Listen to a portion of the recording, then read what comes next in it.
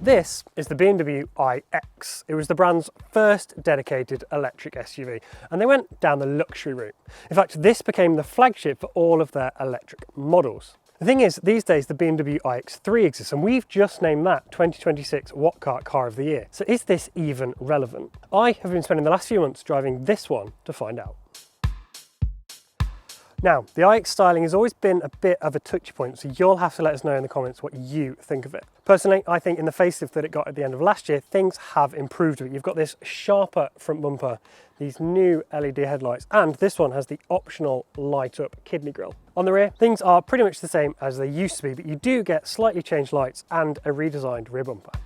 Exterior aside is inside where the iX has always shone, largely because every version comes with a really good mix of materials. That ranges from microfiber suede all the way to wood in some versions. This particular car is M Sport, so it gets the M Sport interior, which adds this great suede to the dashboard and the seats, which we're going to come on to later because these are really good seats. You can also add a bunch of optional interior worlds, as BMW calls them. Our favourite is Loft, which you can add to sport trim for £500. Adds some blue suede and also some bronze accents on the centre console and around the vents. We actually like that version so much that it won the iX the best interior in the family electric SUV category of the What Car Awards multiple times. No matter which version you go for, you get this very minimalist layout, which is literally just a centre console and two screens in this curved display. The first is your digital drive display, which is 12.3 inches and has really sharp graphics. It's quite customizable. All I do is press this button here on the steering wheel and I can change what I see in the middle. That ranges from your efficiency all the way to what you're listening to or a map. On top of that, I've got a head-up display as well, which replicates that information. Again, it is really clear. And I can use the same button to change that. So I could, in theory, have my efficiency on this screen and my directions on the head-up display. Next to the drive display, you've got the infotainment system. It's 14.9 inches. And again, the graphics are really, really good. As you prod around, it reacts really quickly, but it isn't perfect. For starters, all your climate controls are here on the bottom of the screen, so you can change the temperature. But if you want to change fan speed, for example, you have to go into a separate menu. The other bit that I don't like about the screen is that while these seats have adjustable lumbar support, you can only get to it by going into the screen, which, as you drive along, is very inconvenient. Luckily, BMW has thought about this and has placed some very thoughtful shortcut buttons around. So on the door, I've got a seat shortcut, there's a light shortcut down here, and on here I've got a driver assistant shortcut as well. So before you leave, you can set things up as you need to. On top of that, you've got this physical rotary controller, which is gone from a lot of BMWs now, including the new BMW iX3, which has it on its steering wheel instead. Admittedly, in my time with the car, I haven't actually used this that often. However, it is very useful if I need to make small changes, because if I look through this menu, look at this app tray. There's so many apps in there that while I'm driving along, it's too distracting to sit and scroll. So the wheel just makes things a lot simpler. Talking of apps, amongst this very long list of applications, you do have wireless Apple CarPlay and wireless Android Auto. So you can bypass all of this if you would like to. I also want to mention as well the stereo in this car. As standard, it's this Harman Kardon surround sound system, and it is really good. You can upgrade to a Bowers & Wilkins one if you really, really like your music, but I don't think it's worth the money because this system is already good enough. Now, I mentioned that this is a step up in quality from the iX3, and for the money, you would hope that it was. Now, there are a couple of scratch plastics around here, and this feels a bit flimsy, but it is way better in here than even an EQE SUV and an EX90. As I mentioned, the mix of plush materials and the fact it's really well screwed together means that this is a really calm and comfortable place to sit at a cruise. Speaking of which, the driving position is really good. You're lined up perfectly with the steering wheel and the pedals, and to get comfortable, you've got electric seats in every single version. On topic of seats, these are actually the M Sport seats, which are optional with Sport, and they are way better than the standard seats. They've got loads more side support because of these larger bolsters. Forward visibility is actually really good. I can see the end of the bonnet, and these thin windscreen pillars mean that I've got a good view out at junctions. Rear visibility, however, isn't as good. When you look over your shoulder, there's a big pillar, so you can't really see what's in your blind spot. Luckily, parking is made easier by every version coming with front and rear parking sensors and a rear view camera. Or, like this one, you can add an optional 360-degree camera. In terms of storage, you've got this very open interior. There's two cup holders down here, wireless phone charging in every version. It could be inside the center console, and the door bins are a really decent size too. Now, given the size of the BMW iX, it's probably not much of a surprise that there is loads of space in here. You'll easily fit a pair of broad 6-footers in the front or sat here in the back. As you can see, I'm about 5'11" behind my driving position, and I have loads and loads of knee room and plenty of headroom as well. And there's a good amount of foot space underneath the front seats. Thanks to the width of the iX, you'll happily fit 3 adults across the back here, something I have done during my time with the car.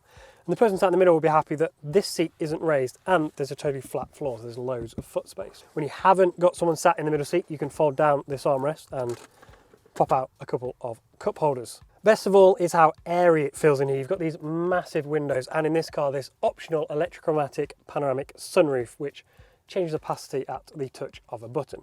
So overall, the iX is a really spacious and a very nice place to be. Every iX comes with a 500 litre boot, which is slightly smaller than an EQE SUV, which has 520 litres, and a lot smaller than an EV9, which when you fold the third row away has 828 litres. Even so, we managed to fit 8 carry-on size suitcases into the iX's boot, so you shouldn't struggle to fit a large weekly shop or your family's holiday luggage in. Handily, it's got this very large rectangular entrance and a completely flat floor, so it's easy to load heavier items in. You don't get a frunk like you do in the EV9. In fact, you can't even open the bonnet of the iX, but you do get this lovely bit of underfloor storage, so it's perfect for the cables and lots of odds and ends. If you need to store longer items, you've got 40-20-40 split folding rear seats, which fold completely flat with the boot floor, and you just pull these handy levers in the boot to fold them down. I need to start by saying that the iX is designed for comfort and not handling. Even with the suspension tweaks that came on the most recent facelift, there's still a fair amount of lean through corners, and you lose front end grip way sooner than you would want to. In fairness, the steering is good, there's plenty of weight, so you do know what the front wheels are up to. On the standard suspension, the ride is firm but comfortable. It's only around town which starts to feel a bit jittery, and it just thud a little bit through potholes. That can be fixed by the optional air suspension, which this car has, and we do suggest getting. It is pillory soft, it stays perfectly upright over undulations and soaks up imperfections with absolute ease.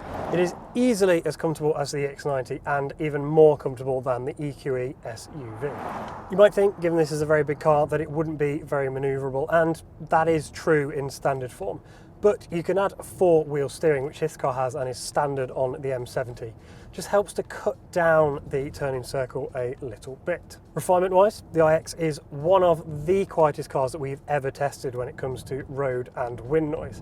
And there's also no motor whine, which is also nice. There is some engine noise, but unlike the iX 5N and iX 6N, which sounds like actual engine, in this is a synthetic noise put together by the composer Hans Zimmer, so it makes you feel like you are in Interstellar. It's modulated by how hard you press the accelerator and which driving mode you're in, but if you'd rather, you can turn it off.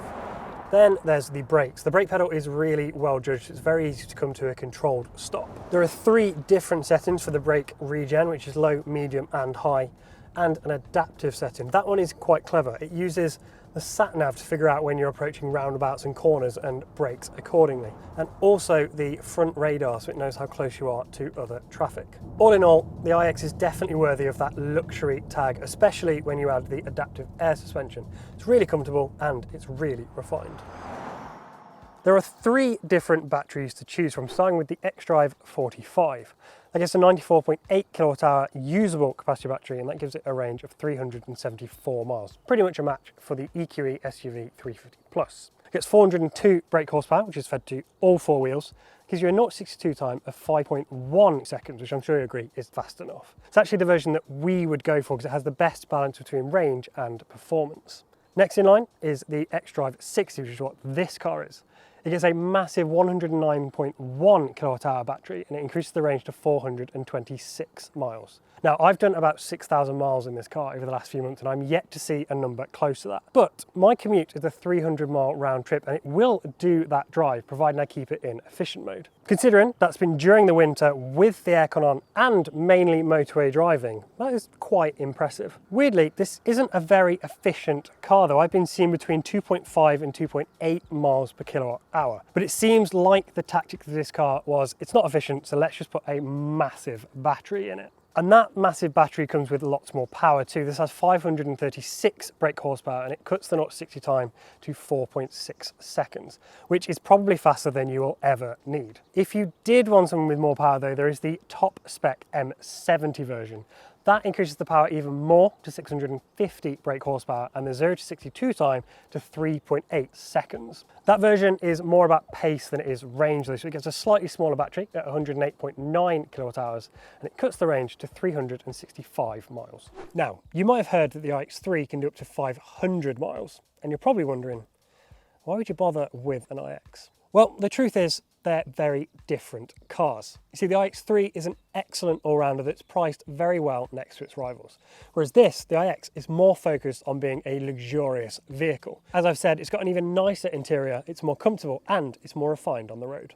Charging wise, the iDrive 45 has a maximum charging rate of 175 kilowatts, whereas the other two up that to 195. Regardless of which you go for though, 10 to 80% will take around half an hour, which is pretty much a match for the EQE SUV and the EX90. The EV9 can charge up to 350 kilowatts, on paper at least, so that does reduce the time slightly to 25 minutes. Charge at home on a 7 kilowatt wall box, and the iDrive 45 will take 15 hours to go from 0 to 100%, whereas these two, the M70 and the iDrive 60 with their massive batteries, up that time to 17.5 hours. You can have your iX in one of 3 different trim levels. If you go for the entry level Sport with the smallest battery, it will cost you around the same as an EQE SUV. It's not like it's lacking of standard equipment in that entry-level form though. You get 20-inch alloy wheels, adaptive LED headlights, an electric tailgate, heated seats, and a heated steering wheel. It is actually the one that we would go for.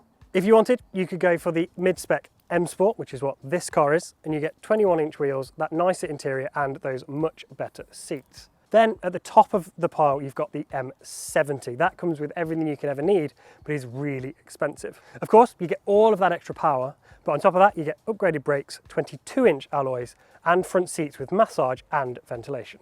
When the iX was tested by the safety experts at Euro NCAP in 2021, it was given the full 5 stars and scored really well for protecting occupants in the front and the back. Comes with plenty of standard safety equipment, including automatic emergency braking, lane keeping assist, and rear cross traffic alert. Now, when it comes to reliability, things aren't quite as good. In the 2025 What Car Reliability Survey, the iX came 15th out of 16 luxury cars, which is far from ideal. BMW offers a 3-year unlimited mileage warranty and a separate 8-year 100,000 mile warranty for the battery. That might sound good, but if you were to go for an EV9, Kia offers a 7-year 100,000 mile warranty, which covers all of the car's components. So if reliability is important to you, that's definitely worth considering. So the iX will cost you more to buy than an iX3, but it is more of a luxury car. It's really quiet, really comfortable, and that interior feels very special. We would stick to the entry-level version, so the iDrive 45 in sport trim, and use the money that you save over the other versions to get that optional air suspension, which makes the ride really, really nice.